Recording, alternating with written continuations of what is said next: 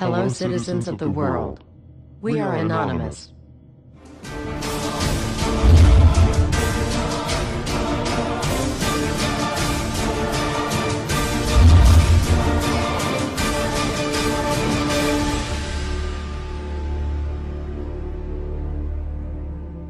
Dear brothers and sisters, now is the time to open your eyes.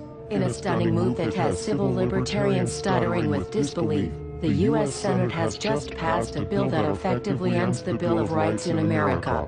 The National Defense Authorization Act is being called the most traitorous act ever witnessed in the Senate, and the language of the bill is cleverly designed to make you think it doesn't apply to Americans, but toward the end of the bill, it essentially says it can apply to Americans if we want it to. Bill summary and status.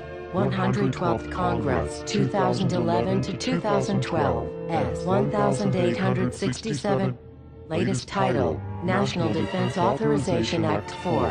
This bill, passed late last night in a 93-7 vote, declares the entire USA to be a battleground upon which U.S. military forces can operate with impunity, overriding Posse Comitatus and granting the military the unchecked power to arrest, detain, interrogate and even assassinate U.S. citizens with impunity. Even Wired magazine was outraged at this bill, reporting, "Senate wants the military to lock you up without trial. The detention mandate to use indefinite military detention in terrorism cases isn't limited to foreigners." It's confusing, because two different sections of the bill seem to contradict each other. But in the judgment of the University of Texas Robert Chesney, a nonpartisan authority on military detention, U.S. citizens are included in the grant of detention authority. The passage of this law is nothing less than an outright declaration of war against the American people by the military-connected power elite. If this is signed into law, it will shred the remaining tenets of the Bill of Rights and unleash upon America a total military dictatorship, complete with secret arrests, secret prisons, unlawful interrogations, indefinite detainment without ever being charged with a crime, the torture of Americans and even the legitimate assassination of U.S. citizens right here on American soil. If you have not yet woken up to the reality of the police state we've been warning you about, I hope you realize we are fast running out of time.